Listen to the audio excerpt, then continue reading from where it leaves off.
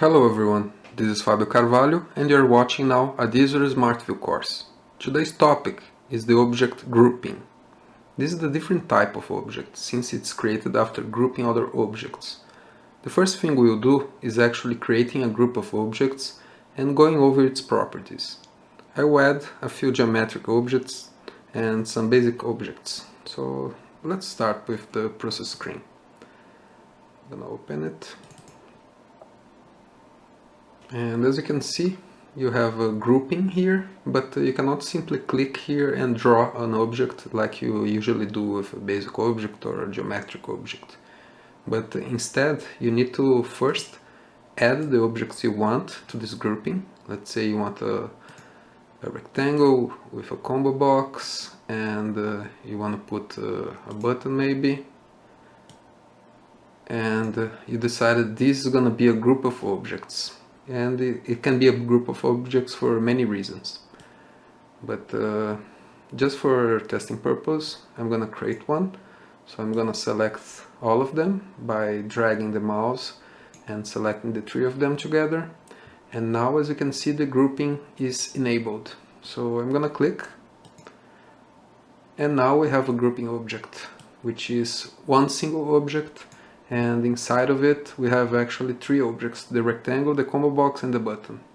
If you check on this bar, you can see that it's already selected and it's a group, but if you expand it, you can see the inner objects. As I said, we have the rectangle, the combo box and the button 4. So let's check the properties in the property grid. It was created a group, so it was given a name as group 1. It does have the location and the size of it. It does have the z-index as well. You can move them forward or backward against other objects. You can also disable or enable the draggability. There is a new configuration here which is locked or not. By default it's not locked. Let's see what it does. Here, when I expanded the group, I was able to select one of the inner objects, like oh, I forgot to configure the click of the button. You can still select from here and do the configuration for the button. Okay, but if you make it locked, suddenly you can still expand, but now it's disabled. You cannot select one of the inner objects. So this is one of the properties that make sure that you're not going to be changing the grouping after it was finished. You still have the angle property of the group, so you can rotate the entire group as one single object. You have a tooltip for it. You can enable or disable this object, and this will apply for the inner objects. You can change the background brush. You still have scripts like a mouse click. If you want to execute something on the click of this entire grouping object, you can do it. And you can also have the hotkey and the security configuration. Something that is interesting is that now you can handle multiple configurations in one single object. I'm gonna delete this grouping because we won't need it in the process screen, but the last thing we can do is again ungroup. So since it's already grouped, we have the option to ungroup. And something nice as well I forgot to mention is that you can copy and paste, and you'll be duplicating the entire group. So sometimes you don't even need a group, but just for organizing your code, for example, I want this tank to be one entire group, you can group it and maybe duplicate it or drag it easier around the screen. So it's also a good measure for organizing your screen. So I'm gonna delete these two now, and let's implement something that's gonna be useful for our process screen. Remember these buttons here? We have, actually it's a rounded button, but it does have also another object. This one is a polygon for representing the play button. We also have a rectangle here as a square with the button behind. We also have this button here with a symbol from our symbol library. So what we were planning to do, and we did before, but it wasn't the way it was expected, is that We changed the visibility of the button, but we didn't change the polygon, for example, or the rectangle or the symbol.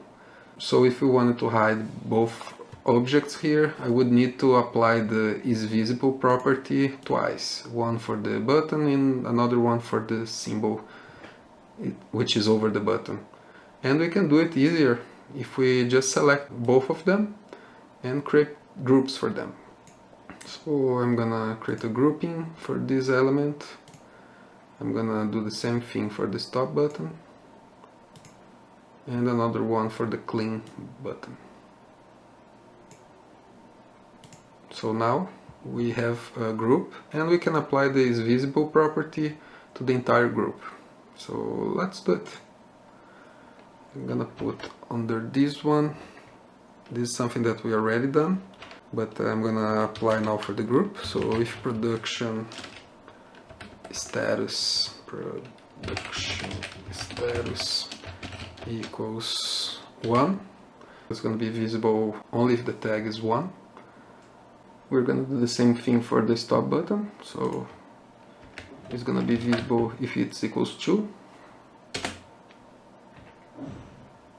And the same thing for the third one, but now we need to check 2 tags.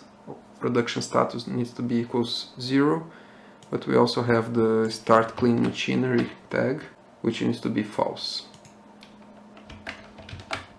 So in this case I'm gonna use production status equals 0 and the other tag start clean machinery equals false.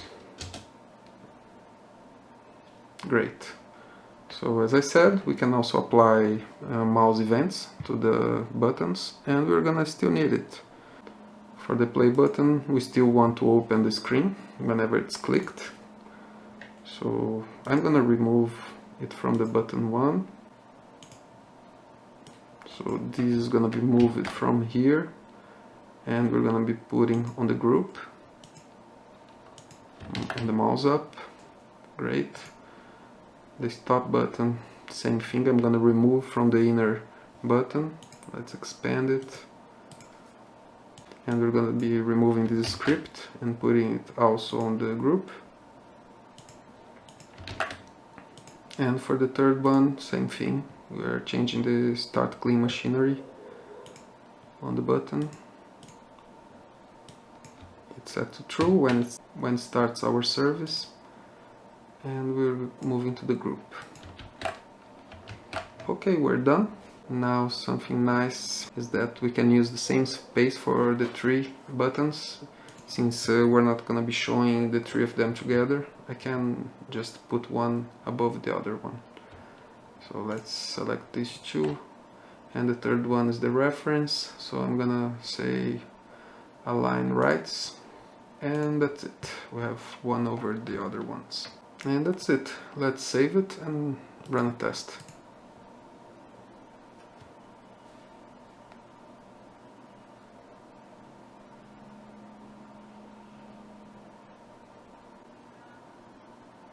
Okay, we have the application running, and let's go to the process screen. And now we have 3 different groups. One is for the play, one is for the stop, and one for the clean. First one is always asks to clean. This is something that I implemented. So let's clean the machinery. It's gonna disappear while it's doing the clean of the tanks. As soon as it finishes, it's gonna be enabling the start production button. So let's just wait until it finishes. Almost there. Okay, it's done. Now we have the start production button.